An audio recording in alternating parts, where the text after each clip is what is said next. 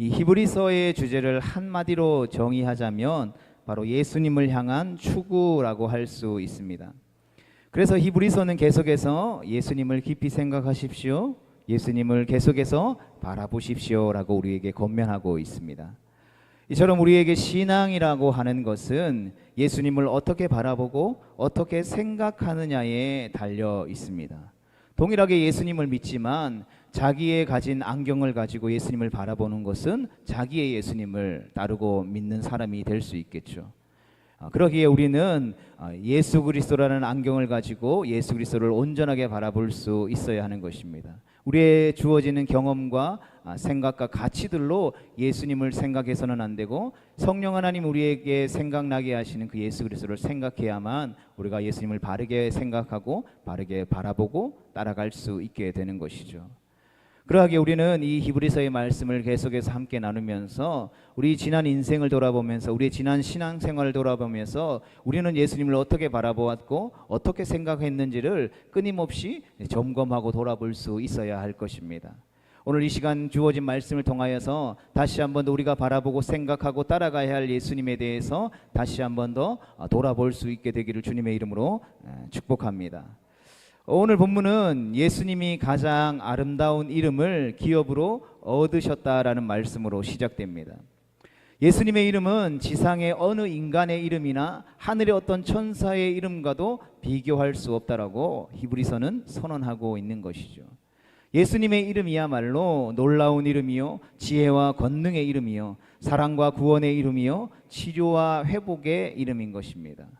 그래서 하나님은 예수님의 이름을 부르는 자에게 지혜와 권능을 베풀어 주시며 그 마음속에 사랑이 샘물처럼 솟아나도록 하시고, 또 그 이름을 부르는 자들에게는 하나님의 자녀가 되는 권세를 누릴 수 있는 축복을 허락하시고, 모든 영육간의 질병을 치료해 주시며 상한 마음을 위로하시고 어그러졌던 우리의 삶의 방향성을 온전하게 해 주시는 것입니다. 그러하게 히브리서 1장 3절에서는 예수님을 하나님의 영광의 강체라고 표현한 것이죠. 하나님의 영광은 마치 태양과 같아서 아무도 장렬하는 태양을 직시할 수 없는 것처럼 하나님의 영광의 본체는 우리가 볼 수가 없죠. 그런데 히브리서에서는 예수님이 바로 이러한 하나님의 영광의 광채와 같다라고 설명하면서 우리가 태양을 바라볼 수 없으나 태양이 내는 빛을 통해서 태양과 같은 존재를 느끼며 그 태양으로부터 주어지는 혜택을 누리며 살아가듯이, 마찬가지로 우리는 예수 그리스도를 통해서 하나님의 영광의 본질에 우리가 계속 가까이 들어가면서 하나님의 존재를 인정하고 느끼게 된다라는 것입니다. 우리에게 주어진 예수 그리스도는 바로 그러한 분이시라는 것이죠. 우리가 하나님을 직접 볼 수 없지만 예수 그리스도를 통해서 그 영광의 광채 속으로 우리가 들어갈 수 있는 것입니다. 뿐만 아니라 계속해서 예수님에 대해서 하나님의 본체의 형상이다라고 우리에게 히브리서 말씀은 선포하고 있습니다. 우리는 때때로 어떤 사람들의 자녀들을 보면서 어쩌면 저렇게 지 아버지를 빼닮았냐라고 말하면서 딱 붕어빵 같다라고 표현하기도 합니다. 예수님도 마찬가지인 것 같습니다. 그분은 하나님을 똑 닮을 뿐만 아니라 그 이상으로 예수님은 바로 하나님의 본체의 형상인 것이죠. 예수님은 하늘에서는 하나님이시요 이 땅에 오셨을 때는 하나님의 본체의 형상으로 오신 분이시라는 것입니다. 그러므로 누구든지 예수 그리스도를 영접하는 자는 하나님의 자녀가 되는 자격을 얻게 되는 것이죠. 뿐만 아니라 예수님은 하나님의 영광의 광채요 본체의 형상이기 때문에 예수님 안에 있는 자는 아버지 하나님 안에 있는 것이다라고 성경은 우리에게 증언하고 있는 것입니다. 그렇다면 하나님의 영광의 광채시요 본체의 형상인 예수님은 어떠한 분이실까요? 히브리서는 예수님은 그 어떤 천사보다도 뛰어난 존재라는 데부터 이 예수님을 소개하기 시작합니다. 그 배경에는 이 구약 시대부터 시작되어서 그 당시에도 남아 있었던 천사들을 숭배하는 사상이 이 초대교회 안에 남아 있었다라는 것이죠. 그래서 당시 어떤 사람들은 예수님에 대해서 어떤 위대한 천사 중에 하나로 혹은 천사 중에 가장 대장쯤 되는 천사로 생각했다라는 것이죠. 그렇게만 생각해도 예수님을 높이고 섬길 수 있다라고 생각했다라는 것이죠. 이러한 부류를 신학적으로 영지주의자들이라고 부릅니다. 그러나 성경은 이 예수님이 결코 천사와 비교할 수 없는 하나님의 영광의 광채요 그 본질의 형상이다라는 것을 분명하게 선언하고 있다라는 것이죠. 그래서 예수님은 오늘날 크게 두 부류의 사람들에게 이 오해를 받고 있습니다. 첫 번째 같이 읽어보겠습니다. 시작. 하나님을 믿지 않는 사람들에게 받는 오해. 하나님을 믿지 않는 사람들은 예수님을 그저 인류의 위대한 스승이라고 생각하죠. 인류가 나눈 위대한 도덕가요, 인격자요, 인류의 등불이라고 생각하고 있다라는 것이죠. 그리고 단지 그뿐이라는 것이죠. 만약 우리가 따르는 예수님이 우리가 따라야 할 성인이요 도덕가는 만약에 그렇다고 친다면 우리가 따라야 할 또 본받아야 할 성인이요 도덕가는 될 수 있을지 몰라도 우리가 생명을 바쳐서 초대교회부터 시작되어진 오는 모든 하나님의 사람들이 자신의 생명을 바쳐가면서 증거해야 할 구원자는 아니며 죄와 사망과 절망과 어둠의 세력에서 우리를 구원해 줄 분도 아닐 것입니다. 두 번째 오해 같이 읽어보겠습니다. 시작. 지식과 종교적으로 믿는 이들에게 받는 오해. 교회 안에 이런 이들은 지식적으로 예수님을 믿는다라는 명분을 가지고 있습니다. 그래서 그러한 명분 아래에서 예수님을 마치 어떤 능력이 나타나지 않는 주문이나 대답하지 않는 저 팔공산에 있는 갑바 위의 조형물처럼 생각하면서 예수님의 본질과 능력과 영광의 광채를 가려버리는 것이죠. 그래서 예수님이 우리에게 주시는 구원과 사랑과 용서와 평화와 기쁨과 생명과 능력을 잊어버린 채 예수님을 믿는다라고 하는 껍질만 뒤집어 쓰고 교회를 다니며 종교인으로 살아가는 것이죠. 이런 사람들이 교회 안에 있을까 생각할 수도 있겠지만, 의심할 수도 있겠지만 실제로 그러한 사람들이 굉장히 많은 것을 보죠. 오늘도 하나님이 우리 가운데 살아 역사하시는 것을 여러분 믿으십니까? 그 하나님이 오늘도 이 성경에 나타나는 모든 기적과 이적과 표적들을 우리 가운데 나타내 주실 수 있는 만왕의 왕이요 만주의 주가 되신다라는 사실들을 믿으십니까? 하나님에게 능히하지 못할 일이 없다라는 것을 우리가 믿습니까? 그런데 실제로 그것을 믿지 않는 사람들도 있다라는 것이죠. 성경책을 살아있는 하나님의 말씀이 아니라 그저 우리가 본받아야 할 도덕책 수준으로 삼고 어떤 우리의 마음을 다스릴 수 있는 그러한 책으로 여기는 사람들이 실제로 교회 안에 매우 많다라는 것입니다. 교회 안에 이런 생각들과 이런 사람들이 많다 보니까 이 또한 예수님의 본질 자체를 오해한 데서 나타나는 현상이라고 할 수 있는 것이죠. 여러분, 신앙이라고 하는 것은 내가 어떤 것을 배워서 지식적으로 습득하는 것이 아니라 우리의 전 삶을 통틀어서 체험하고 경험해야 하는 것인 줄로 믿습니다. 그래서 우리가 예수님을 믿는다라고 하는 것은 예수 그리스도를 인격적으로 만났다라는 말과 같은 말이라는 것이죠. 예수님을 믿는다라는 것은 예수님을 만났다라는 말이라는 것입니다. 우리가 날마다 예배 가운데, 말씀 가운데, 기도 가운데에 또 성도들이 함께 교제하는 그 가운데에 하나님의 영광의 광채요 본체 영상을 경험해야 하는 이유가 바로 여기에 있는 것이죠. 교회 안에서 하는 그 모든 활동들을 통해서, 소위 말하는 그 활동들을 통해서 내가 만난 예수님, 내가 인격적으로 만난 예수님, 그 살아계신 예수님을 함께 교제하고 예배하고 기도하며 공동체 가운데 이루어가는 그 모든 과정들을 통해서 우리가 만나고 경험하는 것이죠. 내 안에 있는 예수님이 드러나는 것이고 또 내 안에 드러난 예수님을 다른 성도님들이 만나고 또 경험하게 되는 것이죠. 그것을 통해서 우리는 함께 주님의 몸된 교회로 지어져 가는 것입니다. 그러한 하나님의 주님의 몸된 교회가 되어질 수 있기를 주님의 이름으로 축복합니다. 예전에 경험했던 것에 우리가 만족하면서 머물러 있어서도 안 된다라는 것이죠. 우리는 날마다 하나님의 은혜를 경험해야 하고 그 날마다 우리에게 베풀어 주시는 살아있는 은혜들을 누려야 하며 살아있는 생명력이 있는 삶을 살아가야 한다라는 것입니다. 그래서 히브리서는 예수님은 천사가 아니고 하나님의 아들이다라고 우리에게 선포하고 있는 것이죠. 그래서 하나님은 천사에게 아들이라는 칭호를 주지 않았고 낳았다라는 표현도 쓰지 않았다라고 증언하고 있는 것입니다. 오직 예수 그리스도에게만 내 아들이요 내가 너를 낳았다라는 표현을 쓰고 있는 것입니다. 또한 우리가 예수 그리스도 안에 있을 때에 하나님은 우리를 양자 삼아 주겠다라고 약속하셨다라는 것이죠.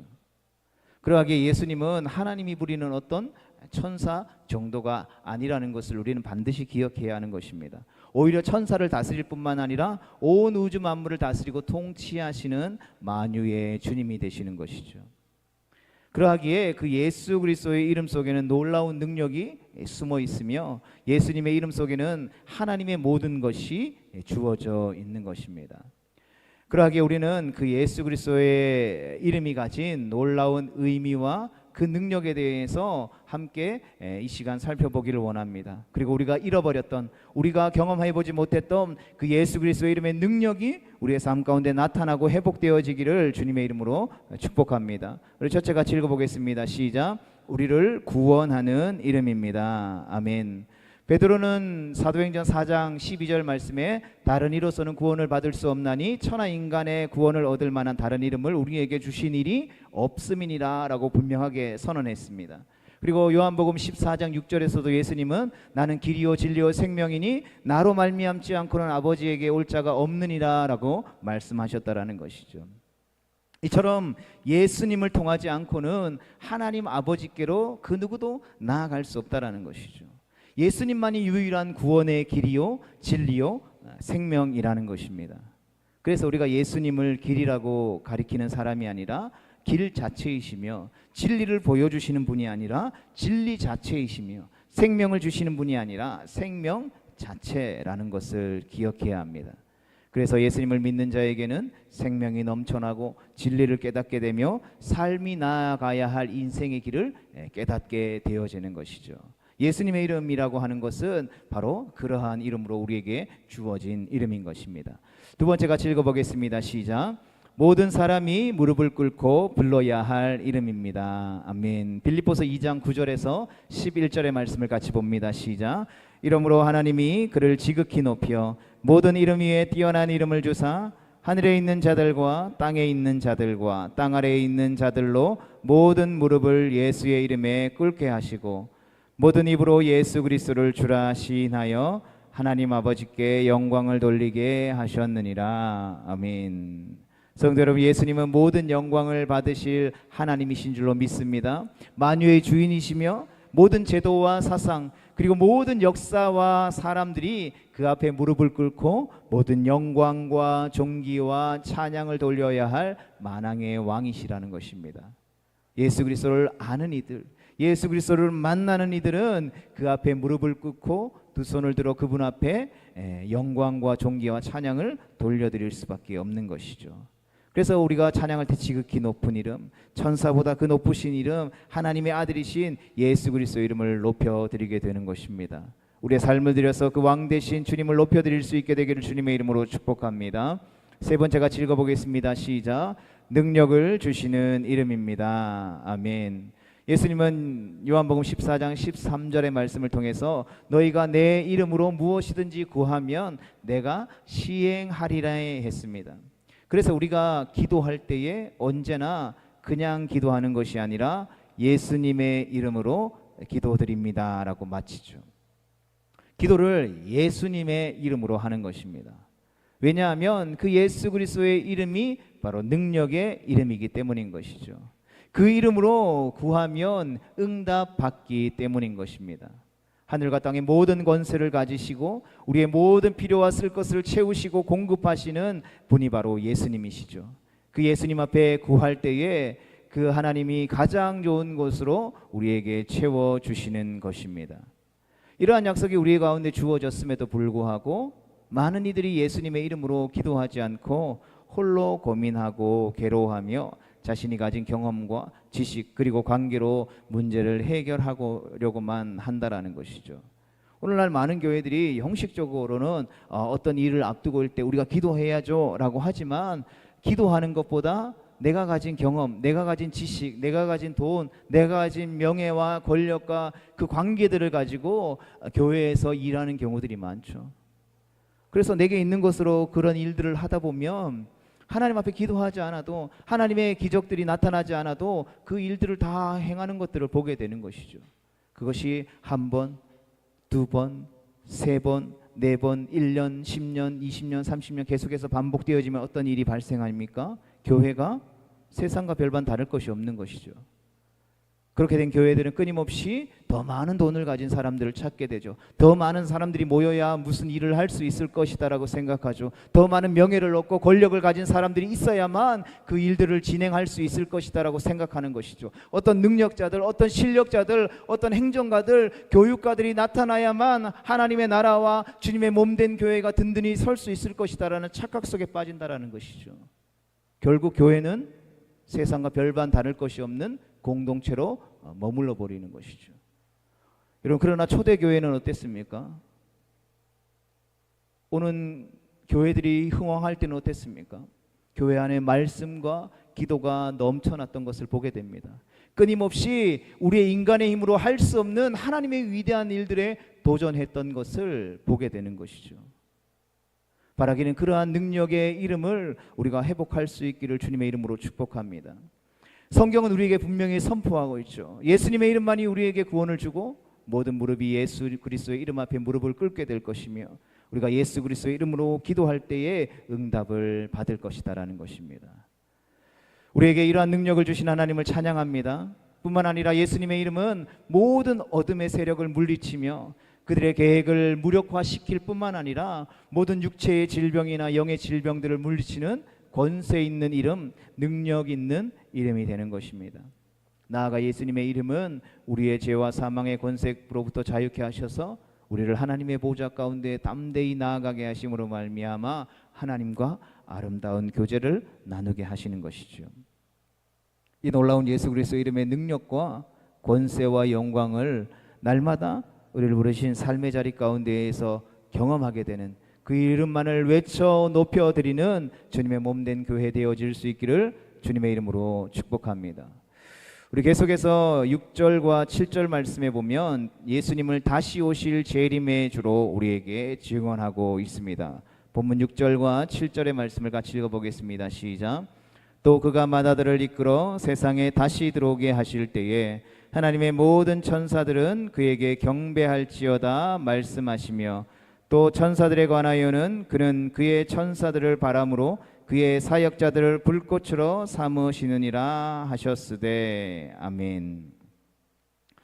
예수님께서 이 땅에 오셔서 33년의 삶을 사셨습니다. 30년간 삶을 사셨고 그 마지막 3년이라는 시간 동안 공생의 사역을 하셨으며 마침내 십자가에 달려 죽으셨습니다. 그러나 장사된 지 3일 만에 부활하신 후에 하나님 보좌 우편에 승천하셔서 우리에게 보혜사 성령님을 그 약속하신 돕는 일을 보내주셨죠. 그 성령님의 역사로 말미암아 우리는 예수 그리스도를 나의 구주, 나의 구원자라고 고백할 수 있게 되었고 그분의 죽음과 부활에 동참하는 증인이 되어진 것입니다. 그 예수님은 지금도 살아 역사하셔서 하나님 보좌의 우편에 앉아 계시며 오늘도 우리를 위해 중보하고 계시며 성령 하나님을 통해서 우리 가운데 말씀하고 있는 줄로 믿습니다. 그리고 그분은 우리에게 약속하셨죠. 뭐라고 약속하셨습니까? 내가 반드시 다시 오리라 약속하셨다라는 것입니다. 그러기에 성도로 부름받은 성령 하나님의 내주하심 안에서 죽음과 부활의 증인되어지는 삶을 사는 우리는 때로는 삶의 어려움과 고난과 핍박이 찾아온다 할지라도 우리는 다시 오시겠다 약속하신 그 주님을 기다리는 믿음으로 견고히 승리하게 되는 것입니다. 다시 오실 주님을 기다리며 때를 얻든지 못 얻든지 온 천하에 다니며 만민에게 복음을 증거하며 그분의 오실 길을 예비하게 되어지는 것입니다. 그러한 거룩한 주님의 몸된 교회 되어질 수 있기를 주님의 이름으로 축복합니다. 계속해서 8절과 9절의 말씀을 이어서 보겠습니다. 시작. 아들에 관하여는 하나님이여 주의 보좌는 영영하며 주의 나라의 균은 공평한 균이이다. 주께서 의를 사랑하시고 불법을 미워하셨으니 그러므로 하나님 곧 주의 하나님이 즐거움의 기름을 주께 부어 주를 동료들보다 뛰어나게 하셨도다 하셨고 아멘. 히브리서를 기록한 저자는 구약의 말씀들을 인용하여서 믿음이 연약해져 있는 유대인들을 믿음으로 굳건히 하며 예수님께서 어떤 분이신지를 계속해서 설명해 주고 있습니다. 그렇게 다시 오실 예수님은 하나님 나라의 약속의 성취자로서 예수님의 보좌는 영원하며 그분의 나라는 정의로움과 공의로울 것이다 라고 선언하는 것이죠. 이 말씀의 배경을 알기 위해서는 우리가 구약의 사무엘하 7장 말씀을 주목해 볼 필요가 있습니다. 구약의 사무엘하 7장의 말씀의 내용은 이렇습니다. 다윗이 하나님 앞에 기름 부음 받고 많은 전쟁을 통해서 하나님의 위대한 왕국을 세우고 어느 날 주위의 모든 대적들을 이기고 평안하게 지내던 그 시절에 다윗은 선지자 나단에게 이렇게 말을 합니다. 나는 이 백향목 궁에 거하지만 하나님의 궤는 천막에 있으니 어찌하면 좋은가? 나는 이렇게 좋은 집에서 좋은 환경에서 살아가고 있는데 하나님의 집은 너무나도 초라하고 하나님을 모시는 저는 천막으로 되어 있으니 어찌하면 좋은가? 내가 하나님 앞에 미안하고 하나님 앞에 괴로워서 잠을 잘 수가 없으니 나로 하여금 하나님의 집을 지을 수 있도록 하라라고 말하죠. 다윗의 말을 들은 나단 선지자는 하나님께로 나아가 기도하게 됩니다. 다윗의 그러한 마음을 전해드리자 하나님은 다윗에게 찾아와서 이렇게 말씀하시죠. 내가 나를 위하여 나의 거할 집을 건축하겠다고? 하나님은 다윗의 마음을 기특하게 생각하셨습니다. 내가 나의 집을 지을 생각을 하다니 그저 너 살 궁리만 할 줄 알았더니 나를 위한 생각도 하는구나. 하나님은 다윗의 그러한 마음에 감동하셔서 그에게 축복을 약속하시게 되죠. 그 축복의 약속은 이것입니다. 나는 너의 나라와 위를 영원히 견고하게 할 것이며 나는 너의 아버지가 되고 너는 내 아들이 되리니 내 규와 내 보좌가 영원하리라 이야기하셨습니다. 그러나 다윗은 무수히 많은 전쟁을 통해서 피를 너무 많이 흘렸기 때문에 성전 건축 준비만 열심히 해놓고 실제적으로 다윗이 하나님 앞에 지어드리려고 했었던 그 건축은 그의 아들이었던 솔로몬이 왕위를 이어받아 솔로몬에게 그 성전 건축의 공이 돌아가게 되죠. 그러나 그렇다고 해서 하나님의 약속이 파기된 것입니까? 그렇지 않죠.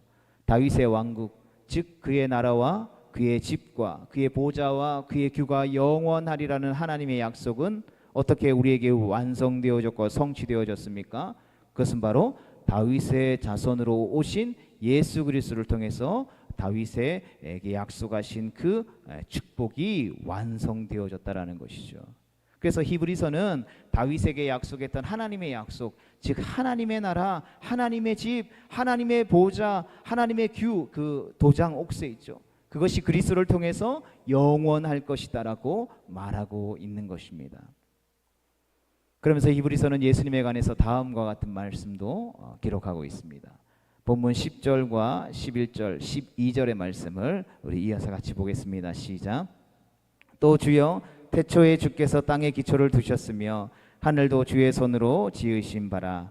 그것들은 멸망할 것이나 오직 주는 영존할 것이요 그것들은 다 옷과 같이 낡아지리니 의복처럼 갈아입을 것이요 그것들은 옷과 같이 변할 것이나 주는 여전하여 연대가 다함이 없으리라 하였으나. 아멘. 히브리서 11장 10절, 11절, 12절에서 말하는 예수님은 어떠한 하나님으로 우리에게 증언되고 있습니까? 바로 창조주이시죠. 예수님이 창조주시라는 것은 성경 곳곳에 기록되어져 있습니다. 특별히 골로새서와 히브리서의 말씀을 보면 예수님의 창조주 되심을 우리에게 말씀해 주고 있습니다. 예수님은 태초의 말씀으로 온 우주 만물을 지으시는 하나님이신 줄로 믿습니다. 이 세계가 때가 되면 사라질 것입니다. 그러나 창조주 예수님은 새벽별처럼 영원히 사라지지 않을 것입니다. 이처럼 영원한 예수님은 온 세상의 창조주인 동시에 온 세상을 다스리는 통치자, 즉 왕이 되시는 분이십니다. 본문 13절과 14절의 말씀을 봅니다. 시작. 어느 때에 천사 중 누구에게 내가 내 원수로 내 발등상이 되게 하기까지 너는 내 우편에 앉아 있으라 하셨느냐. 모든 천사들은 섬기는 영으로서 구원받을 상속자들을 위하여 섬기라고 보내심이 아니냐. 아멘. 여러분, 이 말씀을 보면 예수님은 사단의 세력들을 꺾어버리시고 하나님 보좌 우편에 앉아 계셔서 영원히 다스리고 통치하시는 하나님 나라, 즉 천국의 주인공으로 우리에게 묘사되고 있는 것을 보게 됩니다. 여러분, 예수님은 실제로 갈보리 언덕에서 그 십자가의 모진 질고를 통하여서 사단의 세력들을 꺾으셨고 죄와 절망과 죽음 속에 있는 우리를 구원하셨으며 지금 부활 승천하셔서 하나님의 우편에 앉아 계셔서 지금도 권세와 능력을 가지시고 하늘과 땅을 통치하시는 우리의 왕이시고 통치자이신 줄로 믿습니다. 하나님이 우리에게 바로 그러한 예수 그리스도의 이름을 주신 것입니다. 사랑하는 성도 여러분, 히브리서는 우리가 이 엄청난 예수 그리스도의 이름을 소유했다라는 사실을 강조하면서 다시금 그 예수 그리스도의 이름을 기억하고 생각하고 바라보라라고 권면하고 있는 것이죠. 그 이름은 어떤 이름입니까? 하나님의 영광의 광채시요 본체의 형상이시며 이 세상 그 무엇과도 비교할 수 없는 구원의 이름이요 영광의 이름이요 능력의 이름, 그리고 다시 오실 심판의 주님이시며 온 천지 만물을 다스리고 통치하시는 만왕의 왕이요 만주의 주가 되시는 분이시라는 것입니다. 우리는 바로 이러한 예수 그리스도를 믿고 그분을 예배하며 그분이 우리에게 베풀어 주시는 은혜 아래 살아가는 성도 되어진 것입니다. 이러한 주님을 우리는 아바, 아버지로 부르는 하나님의 자녀들이 되는 것이죠. 이러한 예수님을 우리 마음 가운데 다시 한 번 더 모시고 오늘도 우리를 부르신 삶의 자리 가운데에서 승리하며 나아가는 거룩한 하나님의 나라 천국 백성들인 것입니다. 그러하기에 바라기는 예수 그리스도, 우리에게 주신 아름답고 존귀한 그 이름을 우리가 다시금 믿고 의지함으로 그 이름으로부터 우리에게 주어지는 그 놀라운 능력이 우리의 삶에 충만하게 되어질 수 있기를 주님의 이름으로 충만합니다.